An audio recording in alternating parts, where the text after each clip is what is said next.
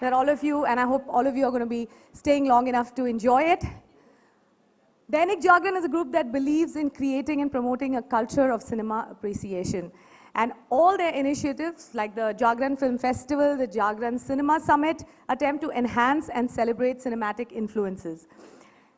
Ladies and gentlemen, the Indian film industry is, as you all know, on the cusp of a lot of changes. Exciting new writers are coming in, newer, bolder themes are being explored, new technology in filmmaking is making our movies really cutting edge. The contours of the business of cinema are undergoing a dramatic shift as well. And our industry needs an open platform such as this to discuss and debate these exciting, daunting changes. The Jagran Cinema Summit is an initiative by the Jagran Group to fulfill this extremely critical gap, and I hope we'll succeed in addressing some of these issues by the end of the evening. Ladies and gentlemen, first things first, we are all here today as an industry of really proud cinema makers, and there is no event that is possible without an auspicious lighting of the lamp. So I'd now like to request one of the finest filmmakers for me in the world, Mr. Shekhar Kapoor, to please come up on stage and light the lamp. I'd also like to call Mr. Ajay Brahmatmach, the entertainment editor of Jagran, Mr. Basant Rathore, Senior Vice President of the Jagran Group, and the lovely Ms. Kangana Ranaut to come on stage and lighten. And of course, getting them all here, Mayank Shekhar, ladies and gentlemen.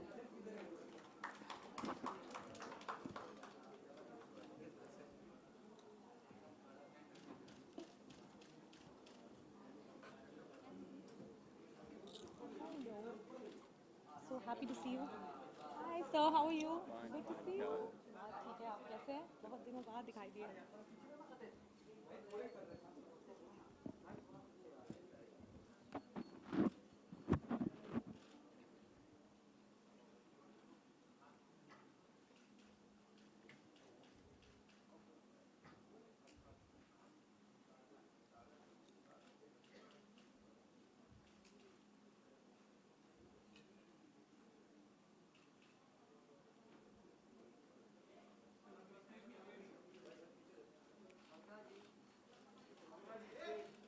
Ladies and gentlemen, this is not just a photo op. You can put your hands together and let's just hope to have a fantastic, auspicious, fruitful debate tonight.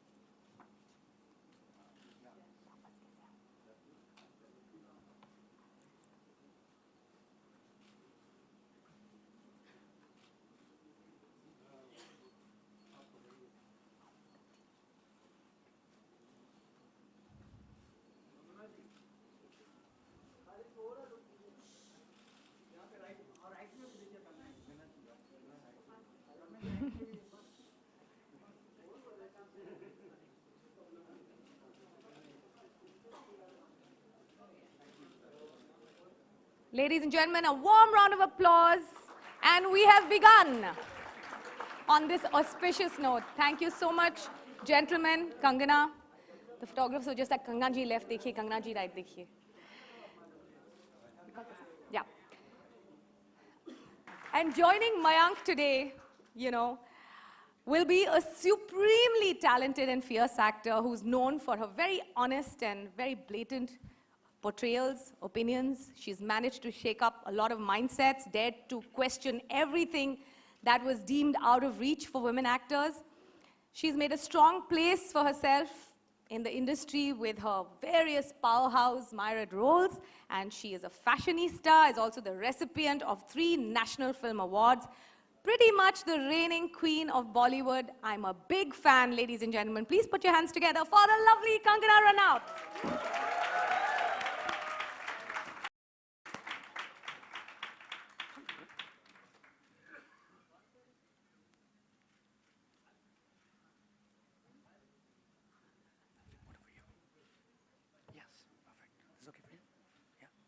Hello, ladies and gentlemen. Welcome to the first session of the first Jagran Cinema Summit. This is also Mumbai's first cinema summit, by the way, and I have good reasons to believe this is actually the world's first cinema summit. The reason I say that is because we have the Twitter handle Cinema Summit. Nobody else has it. So either we got lucky, or there's actually no other cinema summit of that nature. The whole point of doing this, of course, and of course there have been various conventions and film forums in the past that deal with media as an industry, but the point of the Cinema Summit per se is to provide a platform and a perspective, or to get the perspective of producers of entertainment. So far as the consumers of entertainment is concerned, we already have the Jagran Film Festival that travels to 16 Indian cities, that comes to Mumbai on September 18th. Guys, please register for the festival. It's on from 18th to 24th. Coming back to the summit though, I could not think of anyone better than the lady in the house to kickstart this, for a couple of reasons. One is that you're, of course, the present of heroine, and of course we'll look at the future of the heroine. But as an actor, you've actually looked very closely at also the history of the heroine. Your last role, Kangana, as Julia, was a Bollywood star of the 1940s. While researching for that character, what did you come across in terms of finding the position or the role of the women in the film industry, in the Mumbai film industry in the 1940s? What was it like then? First of all, thank you, Mayank sir. Thank you for inviting me for this. It's extremely prestigious platform to be at, and to have Shekhar sir here. He's a very dear friend, and my favorite filmmaker. It's been a wonderful day so far. So yeah, coming to Julia, to my surprise, when I was doing my research on that character, I was taken aback that there was a lot more acceptance for, a feisty character, like a woman fighter, like a woman stunt, and she was one big woman, used to wear shorts and carry two men on her shoulders and ride a horse, and a stunt woman in those days, and people were okay with that. People were okay with, that sort of acceptance of a woman's, like a fierce persona. And I think we just, instead of going upwards from that, our cinema and the perception of women somewhere started to descend. And where we are today, action is pretty much just to, delve into the beautiful physical appearance of a woman, or to make them look sexy, but that was serious action, like Julia, the character was inspired from.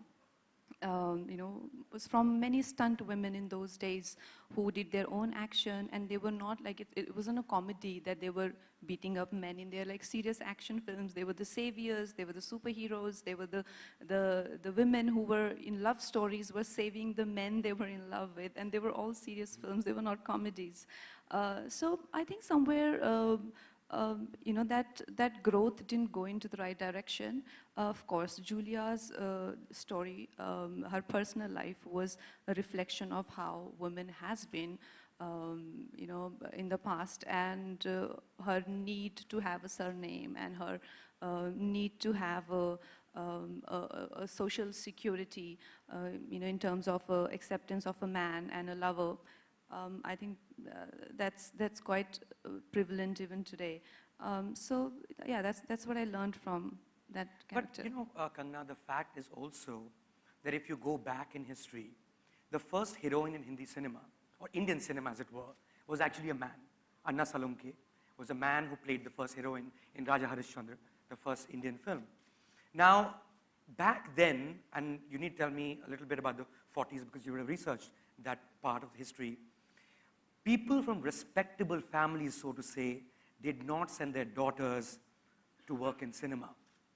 Do you think that's changed a lot? Of course. I think in those days, women were very protected. I mean, according to the feudal mindset, protected means confine them to the four wall of the house, or the veil, or other sort of the physical layers of maybe clothing or culture, but not the real protection that I'm talking about. So yeah, I think women were confined to very strict, especially the ones who came from so-called, good families and good backgrounds. So that's true that there was a certain section, and it was not considered even in my family. When I was pursuing acting, it was not looked at something which is respectable or what I depicted, in the film. In terms of, I remember my mom telling me that. I asked her, I said, how did you like Gangster? And she's like, I loved it, but your dad is not very happy. And I'm like, why is he not happy about it? He's like, maybe there's a lot of, so depiction of passion or backlash. So it was very upsetting for my family. But I remember Shekhar sir coming in on Metro set. He told me how beautifully he expressed his almost awe for the shot that I remember where my gun was on my head. And Shekhar sir said that the most beautiful thing that I've seen, that the emotion from fear to acceptance, is so beautiful, Kangna. And at this young age, you depicted that is so beautiful. And I'm like, I mean, my family would never feel that way for me ever, because all they see is that there was a backlash shot in the film. So yeah, I think that it's difficult to rise above that mentality. It's difficult being a woman or an actress to to rise above the sexuality. I mean, as much we want to be an ideal world and all of that, but it Sure. does delve in our minds. Right. But if there was a young girl in a village in Himachal right now, in 2017, how difficult or how easy would it be for that person to come to Bombay and make it movies? Would you be that inspiration for that person? Would you personally advise that person to do it? Or would they be actually scared of a lot of the stories that you've actually revealed in the past few weeks in terms of what you went through? Yeah, see, Mayank sir, this is a conscious effort that I make to tell the brighter side and the darker side, because I don't want to give a very hunky-dory picture of my life. It's very easy to portray a fairy tale and to make yourself the center of the world and to portray yourself larger than life and almost the God's favorite child. It's very heartbreaking to actually put the real picture out there and be like, I don't know if I've been really lucky or really unfortunate, but that is your depiction or your perspective, but this is how it is. And if tomorrow you want to walk the same path, know that you might or might not make it. So it's good to have that approach, because I really don't have any method to Right. my journey. I don't know if, it's hard to tell how exactly I made it. People sometimes ask me that, where did you get so much strength from? It's not just strength. Sometimes, there were incidences that I don't know how I just made it through those, series of events. So I can just, in my place, I can just be very honest and mentally prepare everyone that this is how it is.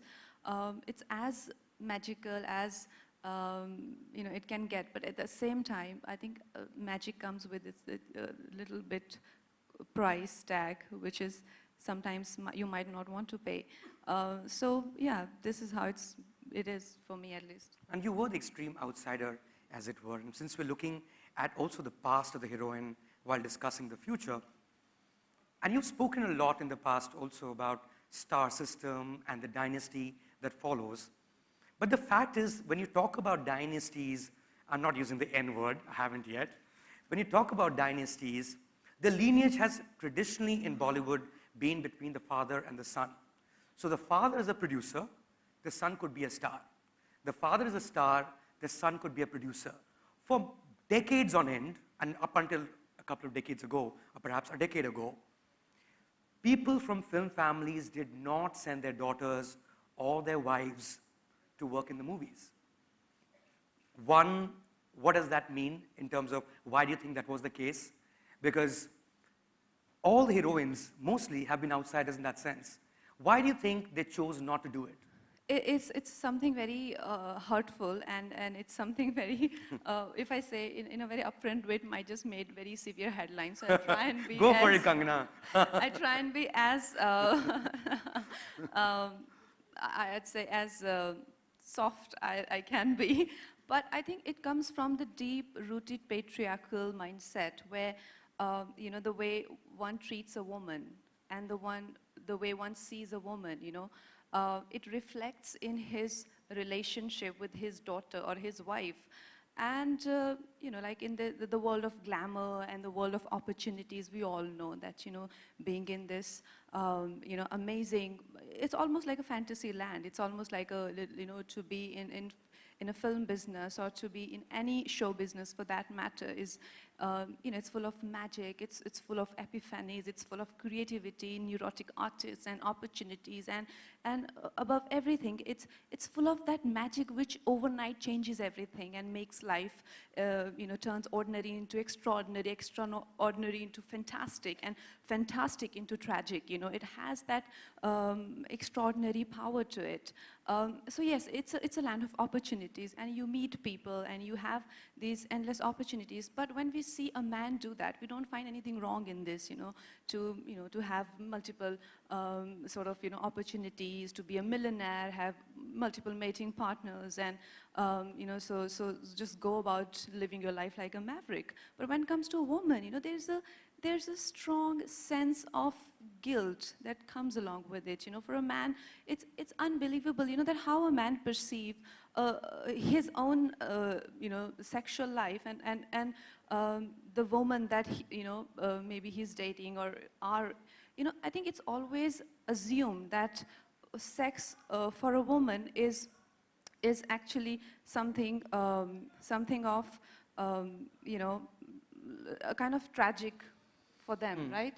So I think, is there a brawl outside? Okay. Yeah, sorry, I got distracted. So I think I know a lot of people who, you know, who are being very protective of their women, and it's all about keeping them away from you know, a lot of you know, a lot of men or opportunities or glamour, because why? They're going to get swayed with it, they're going to have affairs, and men are going to treat them badly. Basically, men are going to have sex with them. So having sex for a man is something which is about having fun and living a good life. But for a woman, it's something which is, you know, like doing some sort of, you know, like a bad thing to them. So that is how a man perceives, you know, the life in glamour world. They openly say this, you know, that when it's an affair of their son, you would hear so many men brag about it, you know, that my son is this, you know, is this The Casanova. Casanova, and what will he do in his youth, you know, and if not have these multiple affairs. They openly talk about it, but when it comes to their girls, you know, there are restrictions, and they flaunt that. How dare my girl is going to date anyone? How dare my girl is getting into films, and people are going to see her wear mini skirts? And these are these petty reasons. I mean, I wouldn't want to, I wish it was anything else, but these are the petty reasons that my girl is going to wear bikini, but I don't mind having 15 bikini-clad women around me, or my son. It's as petty as it is. I mean, it sounds stupid, but you can have so many, you know, like you would know, there's so many examples of that, and they're quite open about it, and they feel it's very manly to have these kind of values, not really values, but these sort of feudal ideologies, and to flaunt it like that. And it's making our society even more regressive, even more feudal and chauvinistic, you know, these sort of, and it does stem out of it that, you know, like a great family of, you know, like this film business, son will make, and this happens in many smaller industries as well. It's a common fact that, I don't want to name superstars because I'm not sure, but someone's daughter decided to be an actress and fans committed suicide. Fans committed suicide. And the son is, of course, is the reigning superstar, but the daughter decided. Fans committing suicide would have to be south of India, no? Yes, south of India. Sure. Yeah. So they committed suicide, that the daughter of the house will wear a mini skirt. How would that happen, and how is that even possible? So this is the psyche of our culture, and this is how the masses.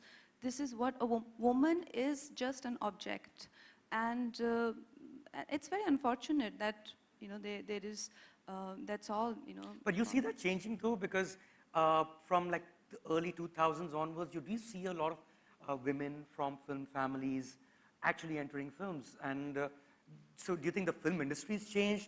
Do you think the psyche of those families have changed? What do you think has led to that change? Well, I think most probably the society in itself, I think initially to begin with, our cinema was extremely premature, and the way exactly, the way the industry was, it wasn't, this sort of flourishing business proposition. But how it became, I think, more progressive, more people decided to, sort of get into it, and that's how times that films have come a long way, right? They have come from being very primitive to fairly, I'll say we are not yet there, and I'm not sure if we will ever be, but yeah, we have come. You mean less shady people in the films? Sorry? Less shady people in the movies also? Well, see, also film business has many levels to it, right? Like there are all kind of cinemas. Right. There are, so I can't really guarantee Sure, that. sure. But it's definitely, I don't think like, it's definitely a business where a lot of people, educated people, and and the ones who are, who are sort of, who understand the business for what it is. Right. Yeah. Because the other diktat when it comes to the heroine in Bollywood, Kangana, has always been that marriage was always seen as a retirement plan. The reason you get married is because you're done with show business, because that's a one-way street. And of course, a lot of them actually made comebacks much later, but a lot of water had flown under the bridge. Do you see that? Because in fact, you yourself, at some level, have been a huge beneficiary of that. Your first film, Gangster, Chitrangada Singh was supposed to play that part right until the end. Then she gets married. Then the husband says, you will not work in movies. So there's a slot ready. You have a week to go. You get a passport, and you get your debut film. You've actually benefited from that. Do you think that tag of being a married person and therefore losing out on so-called fan base, because this was also true for male stars back in the day. Govinda hid the fact that he was married. I think even Amit hid the fact that he was married when he entered films. Do you think that's finally going though? And it's about the artist? Of course. I think a lot has changed, from those days where people really cared about someone's marital status or, someone's age. A lot has changed for that matter. So yeah, I don't think it's of any consequence anymore. But there is definitely a section of the society who is, who do, like an older woman is always, referred to as this, like there's always mocking women for being older, and when you're young, you're mocked for being young. Sure. So that's there, but it has definitely changed, and we can see the change around us. But I think just for last few years, 4-5 years, and before that, I think many women were just forced to leave the industry, even though they looked the same. Right. Even though there was no change in their appearance, but they were just not accepted anymore. Right, because earlier in the year, I think it was around January, you announced that you're going to get married this year. It's what, 2 months or 3 months left? Yeah. Like, are you getting an invitation card soon? Yeah, most definitely. Really? You actually getting married in the next 3 months? Well, we'll talk about that at some We'll other talk about it time. later. We'll talk about your career, Kangana. We started with Gangster, of course. But I have an interesting story with regards to you. And this is, I think, 2012. You'd invited me to your birthday party. I don't know if you remember. This was in... Of course, I remember. In Or Olive, else, in yeah. Bandra. Very sober affair, very nicely done, friends, some media people. And it was what you would call a small birthday party, as birthday parties should be. Then 2014, Queen happens. Thank you for not inviting me to your birthday party that year. But I saw the pictures, and absolutely the entire Bollywood A-list was lined up outside your house, Amitabh Bachchan onwards. That's how things turn in show business. What does something like that teach you about the world in general and showbiz in particular? Like I said, Mayank, there is a fantastic quality to this world, when especially the field of art. It can make you, these extreme circumstances sometimes can make you a bit, a bit it's a bit unsettling, Sure. to go from one extreme to the other. And once if you've sort of tasted that sort of shift, it's very hard to come back to the ordinariness of life. Right. So that's true. And I don't know if I am a recipient of that sort of, magic and that sort of, shift, or I am a victim of it. Because you never know, because sometimes it just feels that it hits you so suddenly that you're just never ready for it. Right. So whether it's long, never-ending struggle, and then the extreme success of being in a film which has, in a way, changed a lot of things in the industry, not just in your life. So yeah, these kind of extreme circumstances can be very hard to deal with. Can fame be a drug, though? Something that you would crave if you didn't find it? Well, to my surprise, what happens is when success, success often, comes when you stop to hope for it. Or really? you don't, yeah. When you're not anticipating it, and it hits you like something has, hit you in your head, and very hard to come to terms with it. Right. And the initial reaction is of rejection. You don't want to accept it because you don't know what to do with it. And by the time you get used to it, it's gone. No, what is fascinating about you, Kangana, is that you finish a film like Queen, and the first thing you do is apply for a student's visa. And then you move to the US to study screenwriting in New York. Why would you do that? I have two, possible multiple choice answers for you. One, is it the fact that your career would be much longer regardless of what roles you get if you're a filmmaker, because you can continue to express yourself and not wait for someone to offer you a role. Or second, you actually wanted to collaborate in the process itself while being an actor and to actually learn the craft. I think both are the same things, Sure. aren't they? Like, yeah, I want to be more collaborative because, being in Queen and to have freedom. Also, Queen came from a very pure space because Vikas sir had not directed any film before, and Phantom's first film is, like new production house. So they did, like I said, they were not thirsty or hungry for success. They were making a film like For the it right doesn't, reasons. yeah, like it doesn't matter whatever the fate of the film is. So the kind of lightness and the kind of environment I collaborated in, I got addicted to it, Right. and I felt, hi Vic. So, and I felt, like I should know the technicalities of this world because I felt a bit amateur, Sure. to be among professionals and wanted to express myself, and I had no accurate words, or I could not place my thoughts properly because I didn't have any formal education. So that's why I did that. And did you overlearn at some point where people are like, hey, like, don't teach me, I know my filmmaking? Is that happening to you? Well, yeah, of course. I mean, I think there are no rules. Sure. When you go to a set, it can become, everyone's very vulnerable. Why? Because we know that no matter how good a script is, it can always be a trashy film. And no matter how trashy a film is, it can always be a blockbuster. And no matter how big a blockbuster it is, it might just be the most embarrassing film of the year.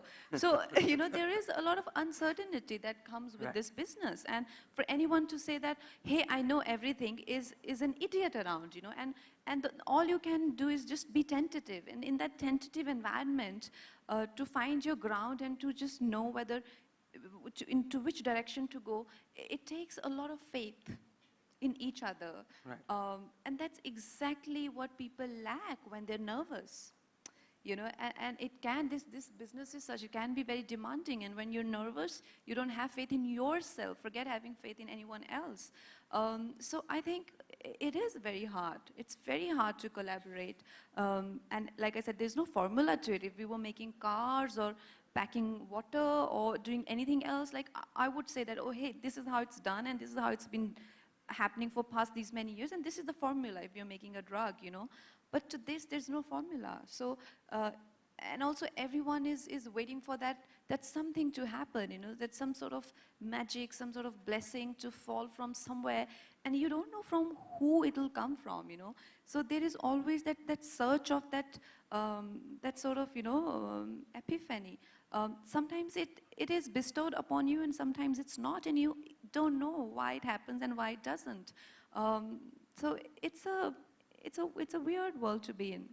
But can being the sole female protagonist be a formula? Is it true that you've turned down various roles because you're not the sole female protagonist, or sole protagonist as it were, in the film? Is it true about Sultan, for instance, that you said no because that was a Salman Khan film? Is it true, and this has been reported, you'll have to confirm this or deny, of course, that you said no to Thugs of Hindustan that stars Amir Khan and Amitabh Bachchan? Now, a film like, say, for instance, Sultan, that's going to travel a wide distance. You will be viewed by a lot more people. Why would you not take that as an opportunity? Well, see, what happens is, no, in today's time, I am going to go for something which is going to stimulate my mind, you know, because otherwise I am going to be just sleepwalking through the film. You know, like I said, like Sultan, at that point of time, though it was a great character for a girl to play, but I did not see, you know, anything for me in that. And coming from like a double role space and doing so much more in my earlier films, I felt, why would I demote myself to, you know, something which is not offering me so much? So that's why I didn't do it. And Thugs, no, I was never offered. I don't even know what the script is. Like, speaking of your double role, Kangana, thank you very much for Tanu Weds Manu 2. We were going through exactly how you approach a character, and in one of the interviews you've said that what you do is you look at the person in terms of the character that you play, and you give that person one characteristic trait, one word, and that's how you move forward. And so Datto was supposed to be, from Tanu Weds Manu 2, was supposed to be swag. Yeah. Julia was supposed to be needy. Needy, yeah. You're a character yourself. If you were to describe yourself in one word, what would that be? Oh my God. One word. Well, brave. Thanks. Well done. I mean, you would have to be brave, Kangana. The past few weeks, you've been on a serious Rani of Jhansi mode from all the interviews that we've watched of yours. And that's your next film. That's the movie that you're currently working on. How's that coming along? You got hurt on the sets as well? Oh yeah, I had a big cut on my head. I almost lost my eyes. Thank you, Nihar Pandey, who missed his cue and hit me on the wrong cue. And he keeps telling me, do you think I did it on purpose? I said, I don't know. I really don't. And he's like, you're mean. So these things happen. But yeah, I got saved, and I'm very happy about that. And also, that character, yes, I think somewhere a character that you play, it does affect you and your life and the way you think, you know, what a character can expose, you know, you, like, I remember when I played a cancer patient, I was suddenly exposed to my own mortality as a human being. Yeah. Yes. As a human being, and since then I've never been the same. So a character can be extremely cathartic for you as well. So with Jhansi Ki Rani, and how fearlessly a 28-year-old just, you know, set herself on fire for a cause. There is something so amazing about it that is infectious, you know, that it does make you feel so small, you know, that what you worry about, you know, like these small comforts, these small luxuries, these small achievements that you have to your credit. You're so possessive of it, and people have let go of so much for the bigger picture. It does affect you as an individual, and you do feel that that, you know, like, I'm a different person now. So yeah, I do feel like this character has shown me a side of me which I needed to at this point of time. So you are on the Rani of Jhansi mode. I wasn't too wrong. But it's not the first time you've been this brave, Kangna. I was actually watching an interview of yours where you casually mentioned that you were shooting for a film, Revolver Rani, and that you were held at gunpoint. And then there was some other question asked. I'm sorry, but it's not very common for people to be going on shoots and being actually held at gunpoint. What was that story? Oh yeah, so we were in Chambal, which is famous for rebels, and so we were shooting there for 3-4 days, and there were some drunk people who came and they had guns and all. Say they put gun on Kabir's head, Okay. my director's head. That get your actress out. We want to click a picture with her. So and I was in the car behind him. So there was this some sort of checking point or something. So, and I'm getting really restless. I'm like, why these cars have stopped suddenly and we are behind them? We can't go ahead. And we had to go to Gwalior. We used to drive every night to Gwalior. So I said, Kabir has stopped. I thought maybe some friends of his, because he's from Gwalior and he had some. So they're not moving only. And Kabir came out and he started to fight. So he called his friends and I'm like, what is going on? Let me go at least. So Kabir came. He's like, they want you only. You stay quiet for 10-15 minutes because they only want you. I'm like, okay, I can wait as long you want. So yeah, there was a story, but he was very brave. He was very brave. He's like, you click a picture with me. Kangna is not coming out. So then these people got, I think somehow we got saved and they didn't shoot anyone and then we left and this now remains as a funny story. It could have been a very tragic one as well. So yeah, that's how it is. When you get to your public persona, Kangna, and there are for a lot of people, men and women included, you are seen as a feminist icon. And for a lot of people, men and women included, you're seen as a complete man-hater, okay? My final question to you as we end the session is, do you give a shit? Well, I think I definitely don't. Okay. But I'm not a man-hater. Sure. I'm not a man-hater. In fact, I'm not sure when I became a feminist, I'm just, for me, like, I personally believe, I find it, the whole inequality and whole perception about one being inferior to the other is so bizarre for me to come to terms with, I just can't understand it. And the law of universal equality somewhere just makes me look like a because I believe in that, makes me look like a feminist. But I mean, I honestly just feel that feminism is something which is it's a sorry state to be in for any society, because you're lacking something. You're lacking something, and feminism is acting as a medicine to that sort of illness or disease. We should not have it. We should not have it at all. We should not have feminists. We should not have these, sort of techniques or we should be a healthy society. We should believe in equality, and that's how it is. And there is nothing that can prove it otherwise. So it's bizarre that people actually believe that, one section of society is lesser than the other. So I definitely don't hate men. You are a friend for so long, and I have, I have amazing set of friends, and you'll be shocked, most of them are men. Super. Well done, Kangna. Do we have time for questions? Yes? Couple of questions, please.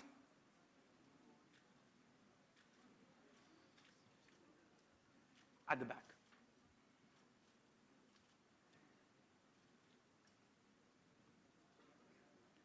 So, thank you. Kangna, you have been called as one of the most fashionable icon the actresses Bollywood has got, and still you are so much vocal to your thoughts, to your views, be it any topic, be it nepotism, be it the casteism, and be it the religious fanatism. So what makes you go up with such kind of views, and is that the way that you are being like, selecting the movies which just throws a views about you that you are a feminist person, and that just depicts that you are a strong woman? So movies are completely different. Like a person's, an individual's choices or voice should not be affected by their profession. Like movies should not determine, or my profession should not determine my voice as an individual. I am like first and foremost the citizen of this country. I'm a woman. I'm an individual. So my films should not determine, like my career should not determine if I'm an engineer or doctor or an actor. It should not determine what I feel about this current, state of events or myself, my past, my present. It should be a free voice, free as in free of all the baggage. That's what I try.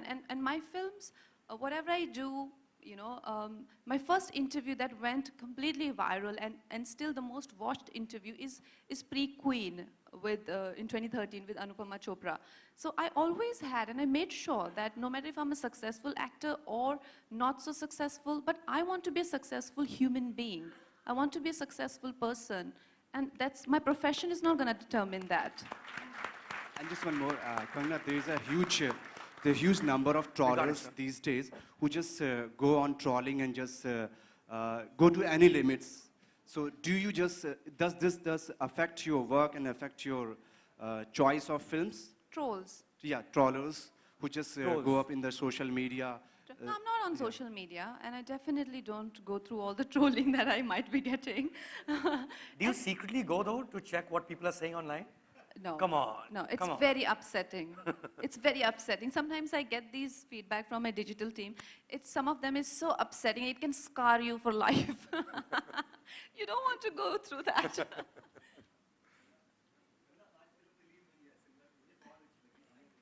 Thank you. Film पूरी जिसमें film के जो dialogues हैं वो बहुत अच्छे हैं. मैं चाहूँगा कि आपका पसंदीदा डायलॉग कौन सा है और क्यों?